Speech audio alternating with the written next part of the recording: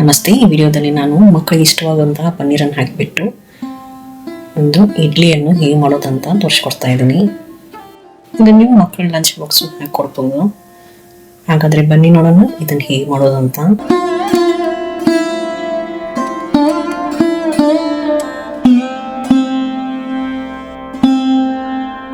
ಇದಕ್ಕಾಗಿ ಮೊದಲನೇದಾಗಿ ನಾವು ಪನ್ನೀರನ್ನು ಫ್ರೈ ಮಾಡ್ಕೋಬೇಕು. ಅದಕ್ಕಾಗಿ ಬಾಣಲೆಯಲ್ಲಿ ಸ್ವಲ್ಪ ಎಣ್ಣೆ ತೆಗೆದುಕೊಂಡು ಅದಕ್ಕೆ ಸ್ವಲ್ಪ ಸಣ್ಣಗೆ ಹೆಚ್ಚಿರುವ ಪನ್ನೀರ ತುಂಡುಗಳನ್ನು ಹಾಕೊಳ್ಳಿ. ಪನ್ನೀರನ್ನು ಸ್ವಲ್ಪ ಕಂದು ಬಣ್ಣ ಬರುವವರೆಗೂ ಇದನ್ನು ಫ್ರೈ ಮಾಡ್ಕೊಂಡು ಇದನ್ನು ಪಕ್ಕಕ್ಕೆ ಇಟ್ಕೊಂಡ್ಬಿಡಿ. ಆಮೇಲೆ ಅದೇ ಎಣ್ಣೆಗೆ ಸ್ವಲ್ಪ ಕಡಲೆಬೇಳೆ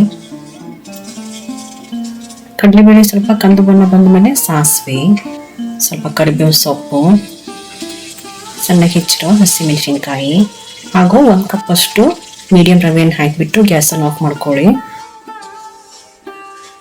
ಬಾಂಡೆ ಬಿಸಿಗೆ ರವೆಯನ್ನು ಸ್ವಲ್ಪ ಹುರಿದ್ಬಿಟ್ಟು ಅದನ್ನು ಪೂರ್ತಿಯಾಗಿ ತಣ್ಣಗಾಗಕ್ಕೆ ಬಿಟ್ಬಿಡಿ.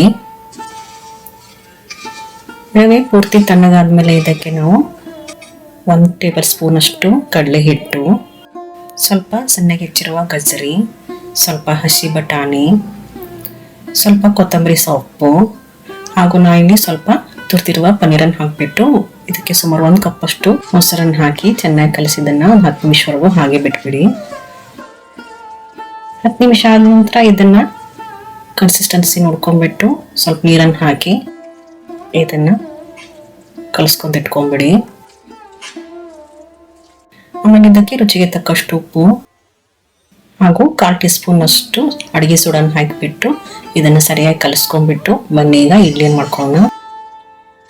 ಅದಕ್ಕಿಂತ ಮುಂಚೆ ಇಡ್ಲಿ ಪಾತ್ರೆಗೆ ಎಣ್ಣೆಯನ್ನು ಸವರ್ಬಿಟ್ಟು ನಾವು ಹುರಿದಿಟ್ಟಿರುವ ಪನ್ನೀರನ್ನು ಹಾಕೊಳ್ಳಿ. ಇಲ್ಲಿ ಬೇಕಂದ್ರೆ ಸ್ವಲ್ಪ ಗೋಡಂಬಿಯನ್ನು ಹುರಿದ್ಬಿಟ್ಟು ಹಾಕೋಬಹುದು. ಆಮೇಲೆ ಹಿಟ್ಟನ್ನು ಹಾಕಿಬಿಟ್ಟು ಇದನ್ನು ಸುಮಾರು ಒಂದು 20 ನಿಮಿಷವರೆಗೂ ಬೇಯಿಸ್ಕೊಳ್ಳಿ. ನಾವು ಮಾಮೂಲಿ ಹೇಗೆ ಇಡ್ಲಿ ಬೇಯಿಸ್ಕೊತೀವೋ ಅದೇ ಥರ. ನೋಡಿ, ತಯಾರಾಯ್ತು ನಮ್ಮದು ಪನ್ನೀರ್ ಇಡ್ಲಿ. ಇದು ನೀವು ಕೊಬ್ಬರಿ ಚಟ್ನಿಯೊಂದಿಗೆ ಸರ್ವ್ ಮಾಡ್ಬೋದು. ಈ ರೆಸಿಪಿಯನ್ನು ಟ್ರೈ ಮಾಡಿ ಹಾಗೂ ನನ್ನ ಚಾನಲನ್ನು ಸಬ್ಸ್ಕ್ರೈಬ್ ಮಾಡೋದನ್ನು ಮರಿಬೇಡಿ. ಧನ್ಯವಾದಗಳು.